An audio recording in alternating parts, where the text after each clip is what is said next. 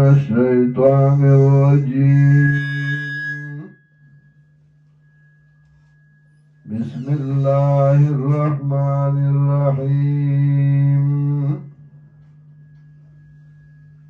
ألف لام ميم صاد كتاب أنزل إليك فلا يكن في صدرك حرج منه لتنذر به وذكرى للمؤمنين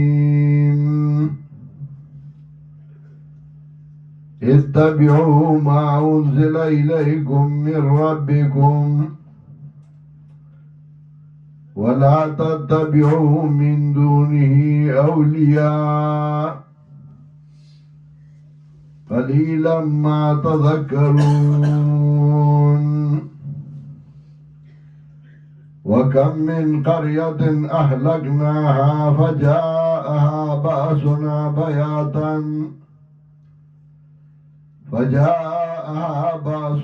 بياتا أو هم قائلون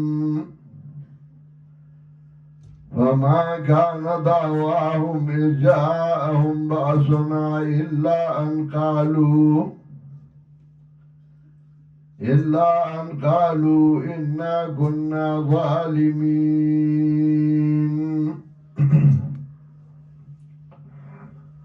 محترم سامعین حضرات،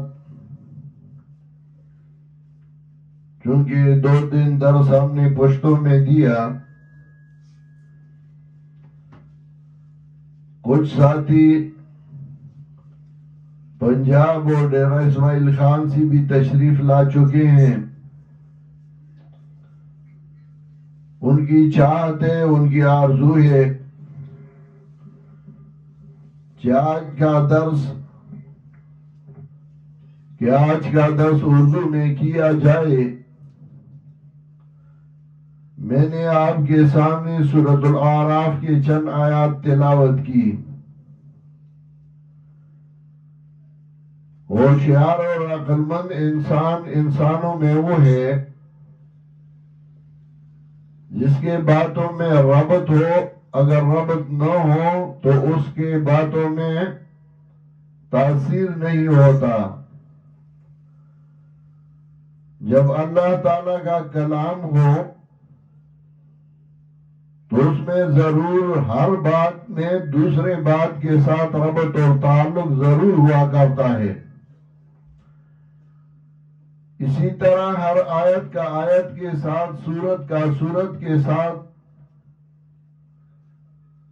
قرآن کریم جس طریقے سے ہمارے سامنے پڑھا ہے، فاتحہ، بقرہ، آل عمران، نساء، مائدہ، نام، اعراف، انفال، توبہ، یونس، تو اسی انداز میں لوح محفوظ میں بھی تھا۔ لیکن جب قرآن کریم کی نزول ہوتی تھی تو جن آیات کی ضرورت ہوتا تو وہ انہی آیات کو جبریل امین جناب رسول اللہ صلی اللہ علیہ وسلم کے پاس لے آتے تھے اللہ کے حکم سے۔ قرآن کریم علاج کے لیے ہے، تو ڈاکٹر کے پاس بھی جب انسان جاتا ہے، اس کے پاؤں میں تکلیف ہو تو ڈاکٹر یہ نہیں کہتا کہ میں پہلے سر کا علاج کروں گا، پھر سینے کا، پھر پیٹ کا، پھر پیر کا، بلکہ جس دوائی کی ضرورت ہو وہی دوائی استعمال کرتا ہے۔ اسی طرح قرآن کریم کا نزول ان آیات کا ہوا جن آیات کی ضرورت تھی اس وقت، اور جناب رسول اللہ صلی اللہ علیہ وسلم بتلاتے تھے کہ یہ فلاں آیات کے بعد ہے، یہ سورت فلاں سورت کے بعد۔ تو سورۃ الاعراف سورہ صاد کے بعد نازل ہوا، لیکن ترتیب مصحفی میں سورہ انعام کے بعد ذکر ہے۔ سورہ انعام اور سورہ اعراف کے درمیان آپس میں ربط اور تعلق یہ ہے کہ اصل مسئلہ مسئلہ توحید کو ثابت کرنا تھا اور اسی مسئلے کو ذہن نشین کرانا تھا. تو سورۃ الانعام میں اس مسئلہ کی اثبات کے لیے دلائل عقلیہ ذکر کیے. تو سورۃ الاعراف میں دلائل نقلیہ ذکر کیے تھے. اسی وجہ سے سورہ انعام کے بعد ذکر کیا تاکہ مسئلہ توحید مبرہن اور مدلل ہو، دلائل عقلیہ سے بھی اور دلائل نقلیہ سے بھی. اسی طرح اور بھی کئی روابط ہیں. سورہ انعام کی ساری آیات تقریباً 165 ہیں. تو سورہ اعراف میں جب یہ 165 آیات ذکر کیے جاتے ہیں تو سورہ انعام کے آخری آیات کو لا کر اس پہ لام کو داخل کیا جاتا ہے. سورہ انعام کے آخر میں ذکر کیا ان ربک سریع العقاب وانہ لغفور رحیم، انہ غفور رحیم. تو سورہ اعراف میں لام کو داخل کیا ان ربک لسریع العقاب وانہ لغفور رحیم. اشارہ اس بات کو ہے کہ دونوں صورتوں میں مسئلہ توحید کو ثابت کیا گیا ہے دلائل عقلیہ اور دلائل نقلیہ کے ساتھ. پوری سورہ اعراف کا مقصد 3 باتیں ثابت کرنے ہیں. پہلی بات، جناب رسول اللہ صلی اللہ علیہ وسلم اور ہر مبلغ کو تسلی دیا جاتا ہے. اور دوسری بات یہ کہ تابعداری کرو اللہ کی حکم کا اور اللہ کے حکم سے روگردانی اور نافرمانی نہ کرو. اور تیسری بات یہ کہ مسئلہ توحید کو بیان کرتے رہو اور مسئلہ توحید کے بیان کو نہ چھوڑو. ان 3 مسائل کے اثبات کے لیے ان 3 مسائل کی وضاحت کے لیے اللہ تعالیٰ نے اس صورت میں واقعات ذکر کیے تاکہ مسئلہ واضح ہو جائے. پہلا مسئلہ تسلی، تو اس کے لیے واقعہ حضرت موسیٰ علیہ السلام کا ذکر کیا سب سے آخر میں. یہ دیکھیں حضرت موسیٰ علیہ السلام قدم بقدم تکلیفیں اٹھاتے رہے، مصائب اور آلام اٹھاتے رہے، لیکن انہوں نے دل تنگ نہ کیا. آپ کو بھی چاہیے کہ دل تنگی نہ کرے.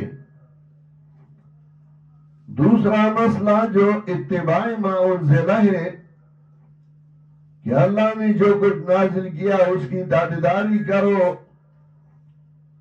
تو اس کے لیے واقعہ سب سے پہلے ذکر کیا شیطان کا کہ دیکھیں شیطان نے اللہ کے حکم کی تابعداری نہ کی تو مذموم مدحورہ ہو گیا، ذلیل و رسوا ہو گیا.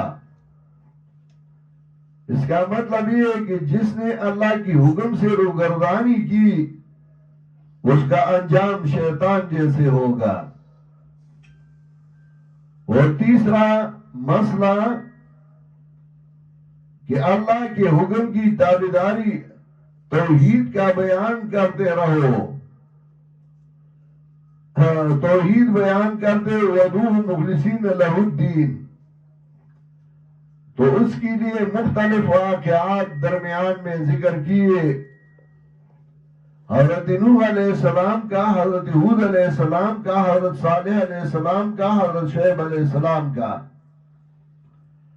کہ دیکھیں سب نے مسئلہ توحید بیان کیا ہے. یہ مسئلہ متفق علیہ ہے سارے انبیاء علیہ السلام کا. تو صورت میں 3 مسائل اور اس کی وضاحت کے لیے واقعات ذکر کیے.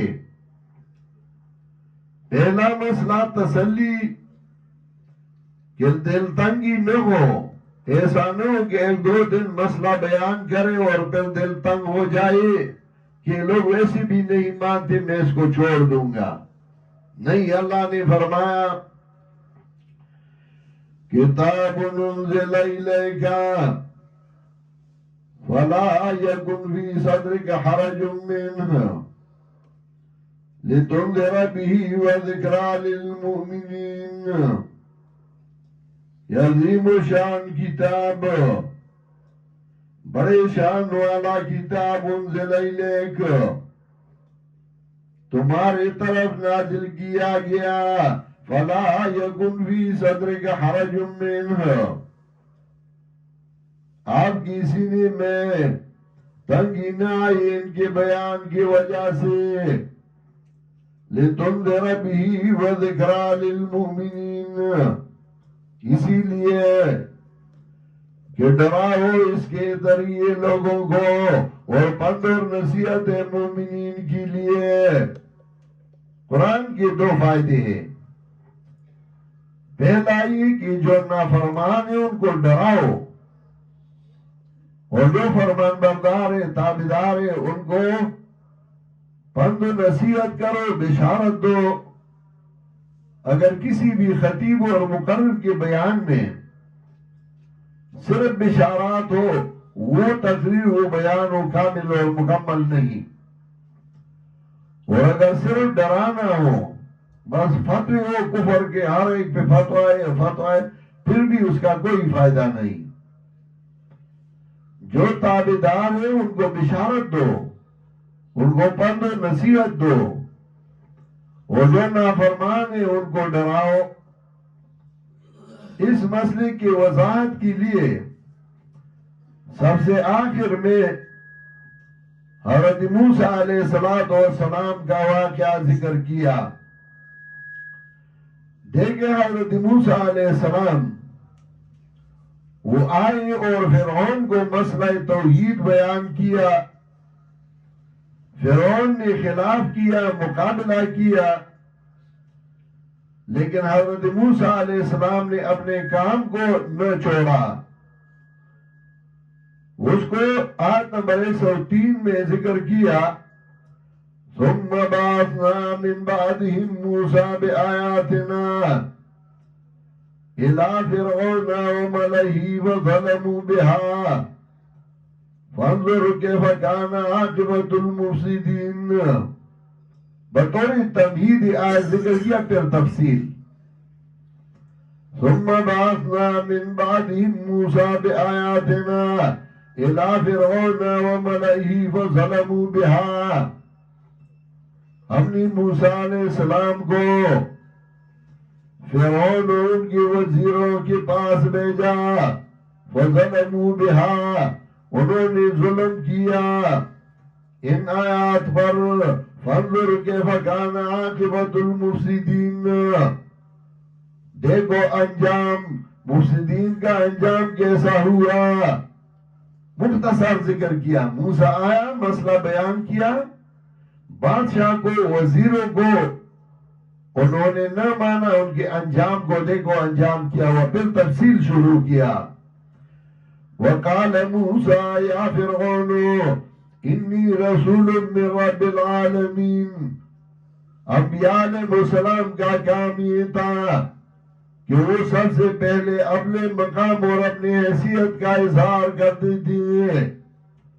اسی وجہ سے مفسرین نے لکھا ہے یجوز مدح الرجل نفسه اذا جہل مکانا، جب تمہاری حیثیت اور مکان کو کوئی نہیں جانتا تو جائز ہے کہ تم اپنا حیثیت ظاہر کرو کہ میں کون ہوں، میری حیثیت کیا ہے۔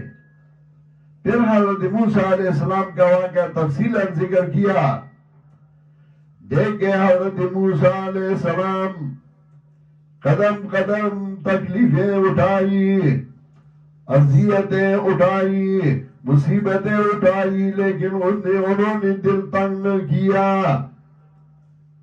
بلا حاکی شدہ با انبیاء ہیچ کس ندہت آن نشان در کربلا جو تکلیفیں اور مصیبتیں انبیاء نے اٹھائے کسی نے کربلا میں وہ بھی نہیں دیکھی. مصیبتیں اٹھانا پڑے گی اس مسئلے میں. حضرت موسیٰ علیہ السلام نے کتنی تکالیف اٹھائی. ایک دو دن کا مسئلہ نہ کہ تم خطیب بن جاؤ بس ایک دو دن کے لیے اور پھر چھوڑ دو مسئلہ نہیں. اس میں اذیتیں اور تکلیفیں ملے گی تمہیں. دوسرا مسئلہ اتبعوا ما انزل الیکم من ربکم ولا تتبعوا من دونه اولیاء. جو اللہ کی طرف سے تمہارے لیے نازل کیا گیا اس کی تابعداری کرو اور اس کے بغیر اور کسی چیز کی تابعداری نہ کرو. تابعداری ہے ما انزل من ربکم کا جو اللہ کی طرف سے نازل کیا گیا وہی جلی ہو یا وہی خفی ہو قرآن ہو یا حدیث ہو کیونکہ پیغمبر بھی اپنی طرف سے کچھ نہیں کہتا. وَمَا يَنْطِقُ عَنِ الْهَوَىٰ إِنْ هُوَ إِلَّا وَحْيٌ يُوحَىٰ. پیغمبر اپنے خیالات سے کچھ اظہار نہیں کرتا بلکہ وہ بیان کرتا ہے جو اس کو اللہ کی طرف سے آتا ہے. قرآن اور حدیث کی تابعداری اور اشاعت التوحید و سنت کا یہ منشور ہے کہ بس قرآن و سنت کی تابعداری اور اس کی وضاحت اس طریقے سے جیسا کہ ائمہ نے کیا ہے. اس کی وضاحت کے لیے شیطان کا واقعہ ذکر کیا سب سے پہلے. وَلَقَدْ خَلَقْنَاكُمْ ثُمَّ صَوَّرْنَاكُمْ ثُمَّ قُلْنَا لِلْمَلَائِكَةِ اسْجُدُوا لِآدَمَ فَسَجَدُوا إِلَّا إِبْلِيسَ لَمْ يَكُنْ مِنَ السَّاجِدِينَ قَالَ مَا مَنَعَكَ أَلَّا تَسْجُدَ إِذْ أَمَرْتُكَ قَالَ أَنَا خَيْرٌ مِّنْهُ خَلَقْتَنِي مِن نَّارٍ وَخَلَقْتَهُ مِن طِينٍ. دیکھے شیطان اس نے اللہ کی حکم کی تابعداری نہ کی تکبر کیا تو اس کی انجام کو دیکھو اس کا انجام کیا ہوا. اللہ نے فرمایا قال فاهبط منها فما يكون لك أن تتكبر فيها فاخرج إنك من الصاغرين. نکلو یہاں سے تم ذلیل مخلوقات میں سے ہو. لیکن جب شیطان کو نکالا تو شیطان نے بھی اس وقت اللہ کے دربار میں اللہ کے سامنے ایک وعدہ کیا. قال فبما اغويتني لأقعدن لهم صراطك المستقيم. شیطان نے کہا فبما اغويتني غور رجل اذا فسد عيشه. فتح القدیر میں شوکانی نے لکھا ہے شیطان کہنے لگا اس کے سبب کہ میری زندگی تباہ و برباد کر دی. لَأَقْعُدَنَّ لَهُمْ صِرَاطَكَ الْمُسْتَقِيمَ. میں سیدھی راہ میں ان کے سامنے بیٹھوں گا. میں ان کو قرآن کریم کی طرف نہ چھوڑوں گا. میں ان کو آپ کی تابعداری کی طرف نہ چھوڑوں گا. میں ان کو پیغمبر کی تابعداری کی طرف نہ چھوڑوں گا.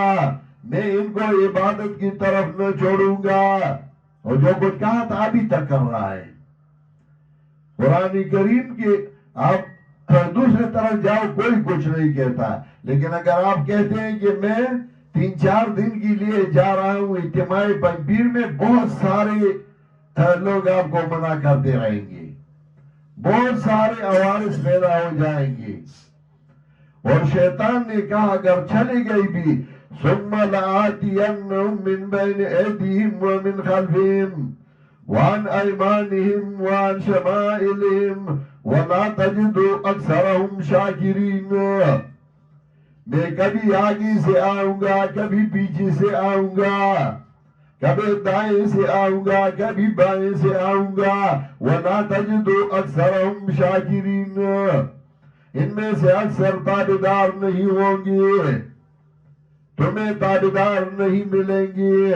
شیطان ابھی وہ اپنا کام کر رہا ہے، نہ جاؤ پنپیر، اجتماع میں ادھر آؤ، فلاں جگہ آؤ، فلاں جگہ آؤ، لیکن آپ کو منع کرتے رہیں گے، قرآن کے لیے نہ جاؤ، قرآن سے تمہیں منع کریں گے۔ تیسرا مسئلہ ہے توحید بیان کرو اور شرک کی تردید کرتے رہو، اور اس کا ماخذ ہے آیت نمبر 29 میں وَأَقِيمُوا وُجُوهَكُمْ عِنْدَ كُلِّ مَسْجِدٍ وَادْعُوهُ مُخْلِصِينَ لَهُ الدِّينَ، وَادْعُوهُ صرف اللہ ہی کو پکارو، دا یدو خواستن مدد مانگنا، بلانا، وَادْعُوهُ مُخْلِصِينَ لَهُ الدِّينَ صرف اللہ ہی کو پکارو اور دین کو خالص اللہ ہی کے لیے کرو۔ اس مسئلے کی وضاحت کے لیے اللہ نے کئی انبیاء علیہ السلام کے واقعات ذکر کیے۔ سب سے پہلا واقعہ حضرت نوح علیہ السلام کا ذکر کیا کہ دیکھیں حضرت نوح علیہ السلام انہوں نے یہ مسئلہ بیان کیا اپنی قوم کو، لَقَدْ أَرْسَلْنَا نُوحًا إِلَىٰ قَوْمِهِ قَالَ يَا قَوْمِ اعْبُدُوا اللَّهَ مَا لَكُم مِّنْ إِلَٰهٍ غَيْرُهُ، تحقیق ہم نے بھیجا تھا نوح علیہ السلام کو اپنی قوم کی طرف، قَالَ يَا قَوْمِ اعْبُدُوا اللَّهَ مَا لَكُم مِّنْ إِلَٰهٍ غَيْرُهُ، کہنے لگا اے میری قوم اللہ ہی کی عبادت کرو۔ عبادت تین چیزوں سے مرکب ہے، خوف، طمع اور رجا، امید۔ یا خوف بھی اللہ سے کرو، اللہ سے ڈرو، طمع بھی اللہ سے کرو، امید بھی اللہ سے کرو۔ الخوف والرجا اللہ سے کرو۔ یا قوم اعبدوا اللہ ما لکم من الہ غیرہ، تمہاری لیے اللہ کے بغیر کوئی الہ حاجت پورا کرنے والا نہیں۔ الہ اس ذات کو کہا جائے جو حاجات پورا کرتا ہے۔ ڈاکٹر مریض کو دوائی دیتا ہے لیکن حاجات پورا نہیں کر سکتا۔ بڑے بڑے ڈاکٹر بادشاہوں کے درباروں میں بیٹھے ہیں لیکن بادشاہ کا سانس نکل جاتا ہے، فوت ہو جاتا ہے، اس کو بچا نہیں سکتا۔ بچانے والا، حاجات پورا کرنے والا، مریضوں کو شفا دینے والا صرف ایک ہے، اللہ کی ذات۔ یا قوم اعبدوا اللہ ما لکم من الہ غیرہ، آپ کے لیے اللہ کے بغیر کوئی حاجت پورا کرنے والا نہیں۔ دوسرا واقعہ حضرت ہود علیہ السلام کا، وَإِلَىٰ عَادٍ أَخَاهُمْ هُودًا، عاد کے طرف، قوم عاد کی طرف ہم نے ان میں سے ایک حضرت ہود علیہ السلام کو بھیجا، قَالَ يَا قَوْمِ اعْبُدُوا اللَّهَ مَا لَكُم مِّنْ إِلَٰهٍ غَيْرُهُ، کہنے لگا اے میری قوم اللہ ہی کی عبادت کرو، تمہارے لیے اللہ کے بغیر کوئی حاجت پورا کرنے والا نہیں۔ تیسرا واقعہ حضرت صالح علیہ السلام کا ذکر کیا، وَإِلَىٰ ثَمُودَ أَخَاهُمْ صَالِحًا قَالَ يَا قَوْمِ اعْبُدُوا اللَّهَ مَا لَكُم مِّنْ إِلَٰهٍ غَيْرُهُ۔ اور چوتھا واقعہ خطیب الانبیاء حضرت شعیب علیہ السلام کا ذکر کیا، وَإِلَىٰ مَدْيَنَ أَخَاهُمْ شُعَيْبًا، میں نے قوم نوح کی وہ گھر اور گاؤں وہ بھی دیکھے ہیں۔ میں گیا ہوں، میرا ایک دوست تھا سعودیہ میں، ابھی آیا ہے، تو وہ میرے ساتھ تھا، تو میں وادی سمود گیا اور ان کے گھروں کو دیکھا جو انہوں نے پہاڑی تراشی تھی اور اس میں گھر بنائے ہیں۔ اسی طرح قوم شعیب کے گھر بھی دیکھے۔ میں گیا تبوک سے آگے ان کا علاقہ ہے، ان کو اللہ تعالیٰ نے انبیاء علیہ السلام بھیجے، وَإِلَىٰ مَدْيَنَ أَخَاهُمْ شُعَيْبًا قَالَ يَا قَوْمِ اعْبُدُوا اللَّهَ مَا لَكُم مِّنْ إِلَٰهٍ غَيْرُهُ کہنے لگا اے میری قوم اتفاقی مسئلہ اگر ہے تو وہ توحید کا ہے. سارے انبیاء علیہ السلام کا اتفاقی مسئلہ توحید ہے. اور کہتے ہیں یہ پنجبیری جو ہے اولیاء کو نہیں مانتے, تم خدا کو نہیں مانتے, الہ کو نہیں مانتے. ہم اولیاء کو الہ نہیں مانتے, اولیاء مانتے ہیں ان کو الہ نہیں مانتے. اولیاء نیک بندے ہیں, اللہ کی رحمت ہے ان کی قبروں پہ. ہم مانتے ہیں کہ اولیاء نیک بندے اچھے لوگ تھے, گزر گئے, لیکن حاجات پورا کرنے والے نہیں کہ تم کہو کہ معین الدین اجمیری زمین و آسمان تیری اور تم دوسروں کو پکارتے رہو اپنے حاجات میں. ہر پیغمبر کا یہ مسئلہ سب سے پہلے تھا. حضرت نوح علیہ السلام نے پکار کے کہا یا قوم اعبدوا اللہ ما لکم من الہ غیرہ.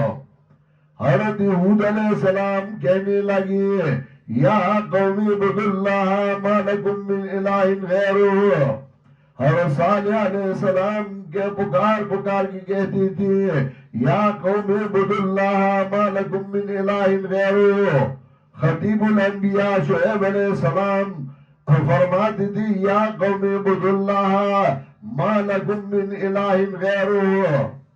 تو تیسرا مسئلہ یہ کہ صرف اللہ ہی کو پکارو, صرف اللہ ہی سے مدد مانگو, صرف اللہ ہی سے ڈرو بغیر اسباب ظاہریہ کی, صرف اللہ ہی کے لیے عبادت کرو, صرف اللہ ہی کو حاجات پورا کرنے والا مان لو.